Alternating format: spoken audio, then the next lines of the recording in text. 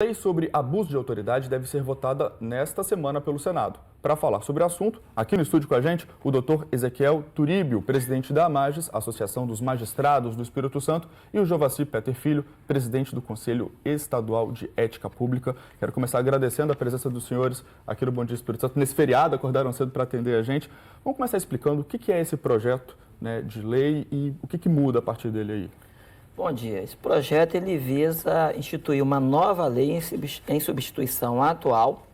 A atual lei é de 1965 e estabelece 26 tipos penais, com penas que variam de 3 meses a 5 anos. E atinge principalmente os agentes públicos e os agentes políticos, né? O abuso de autoridade é quando a autoridade, o servidor ou agente político, extrapola os limites da lei, sintetizando isso que é abuso de autoridade. Então, existe uma lei de abuso de autoridade, essa lei agora seria para substituir a que já existe? Então, a discussão seria no sentido de modernizar a legislação, que como é uma legislação da década de 60, e é uma legislação que ela vem no início de um processo de ditadura militar. Portanto, seria até contrassensual a gente falar de abuso, de lei que criminaliza o abuso de autoridade, num contexto onde a autoridade já era abusiva por si só. Então, por isso que ela era uma lei, é uma lei que precisa de atualização. Daí essa discussão. Mas essa atualização veio no momento, nós estamos em meio a uma grande investigação à Lava Jato. E há quem diga, olha, essa lei pode colocar em risco, inclusive, a Lava Jato. O que o senhor acha? Eu acredito que é inoportuno, você está perfeita, correta, de razão. Há um aspecto político, Tati, que é não só no momento onde a lei vem sendo discutida, mas por onde ela nasceu. Ela nasceu por uma pessoa, pelo senador Renan Calheiros, que é investigado em vários inquéritos. E então, é uma pessoa que tem interesse numa aprovação de uma lei que possa, ainda que não seja concretamente, mas do ponto de vista simbólico, possa sim trazer algum prejuízo para as investigações. E nós temos outras pautas, sob o ponto de vista penal, que seriam até mais interessantes e importantes de serem discutidas no Brasil do que agora a lei de abuso de autoridade. Por exemplo?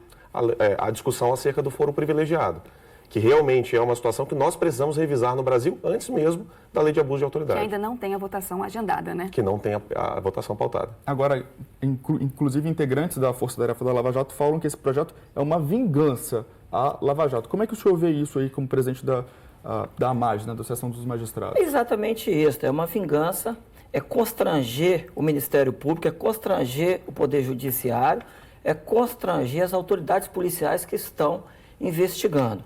Ao examinar os tipos penais previstos no projeto, se vê claramente que eles querem atingir exatamente essas autoridades.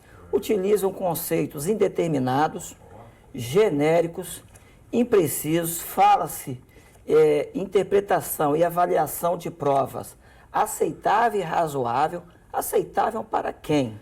Pois é, para a gente entender direito, isso fica na questão da interpretação da lei, doutor Turíbio, porque nesse caso, com essa possibilidade de nova lei de abuso de autoridade, se o juiz interpretou de uma forma e aí o réu ali achou que ele está tendo um abuso de autoridade, ele pode processar o magistrado, atrapalhando assim o processo, seria isso? Exatamente, do jeito que está a lei, o magistrado, o Ministério Público, a autoridade policial vão gastar praticamente todas as suas energias se defendendo.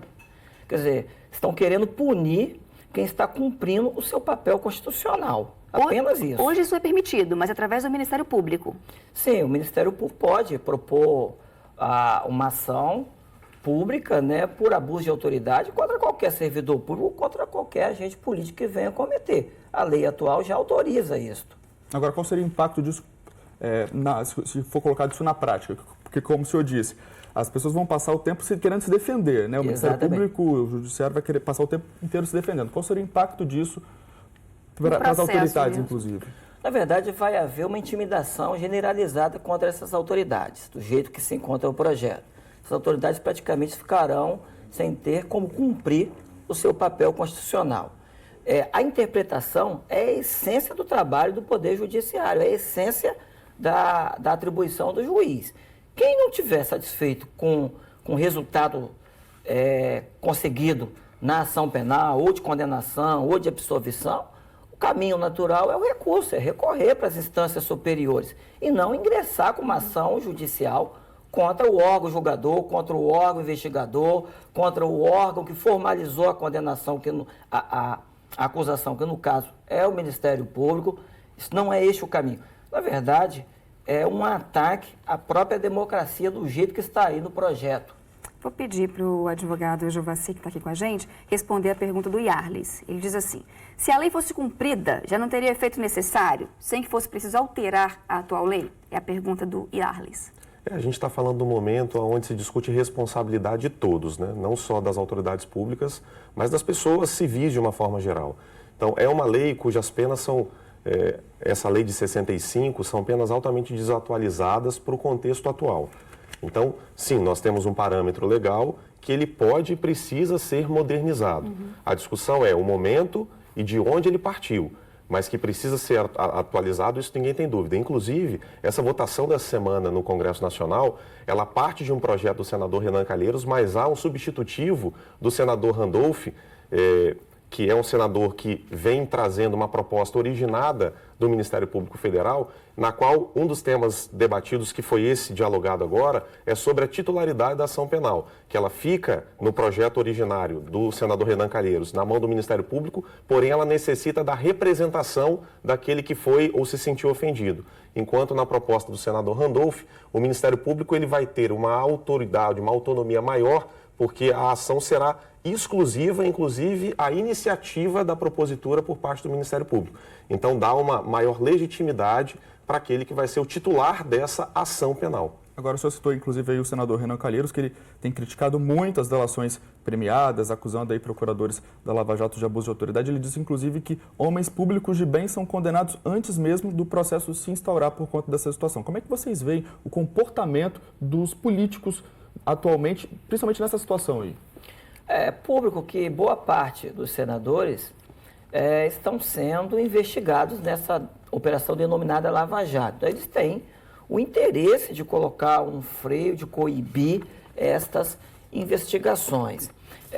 A lei, o projeto de lei da forma como está sendo apresentada, ela é muito extensa, ela prevê inclusive punição se for indisponibilizado ativos financeiros, né? Então há todo um interesse econômico, um interesse político dessas pessoas que estão ofertando esses projetos de lei. Não é o momento adequado, não somos contra a atualização da lei, a lei precisa ser atualizada, ela é muito antiga, da época ainda da ditadura, como disse bem o professor Jovassi, mas o momento é inoportuno. Entendemos que essas pessoas, parte dessas pessoas que irão votar essa lei, não têm legitimidade exatamente pelo grau de envolvimento que tem sido apresentado à nação brasileira. São pessoas que estão intimamente envolvidas com todos esses fatos que têm sido apresentados à nação pela imprensa. Essa lei deve ser votada essa semana? Vocês acreditam que deve passar essa semana no Senado? Ela está pautada para ser votada amanhã, Fabio. Agora, se vai ser, todas as vezes, ela já estava pautada para a semana passada e não houve a votação. Então, pode ser que algum evento que aconteça na pauta do Senado Federal impeça a votação. Agora, é importantíssimo que, ainda que não seja aprovada, só o fato de nós estarmos debatendo esse tema e dialogando, porque mais do que a necessidade de uma lei, como perguntou o telespectador, esse diálogo sobre a oxigenação dos poderes, sobre a necessidade de aproximação dos poderes públicos com a sociedade, talvez seja o grande mérito dessa discussão que vocês estão permitindo e que a sociedade brasileira está podendo se envolver muito mais nos dias de hoje. Participando mesmo, o telespectador Franco diz: como votar lei se a grande maioria dos políticos estão envolvidos na corrupção? Essa é a opinião do telespectador, ou seja, realmente o assunto está em voga, está todo mundo discutindo. A sociedade tem que ficar atenta, porque se busca, por intermédio dessa aprovação, é uma impunidade. Tá, ok. Então, obrigado ao Ezequiel Turíbio, que é o presidente da Mages. Obrigado também ao Jovassi Peter Filho, que é o presidente do Conselho Estadual de Ética Pública, falando aí sobre essa lei anticorrupção. Eles falaram, inclusive, que já existe uma lei anticorrupção que precisa ser atualizada, mas que esse não é um ideal momento, não é o melhor momento para que isso aconteça. Obrigado pela participação de vocês aqui no Bom Dia. Obrigada, bom dia, bom feriado, viu? Apesar de vieram cedinho para cá, agora já podem curtir o feriado? Isso. Podemos. Obrigado, bom dia. Obrigado.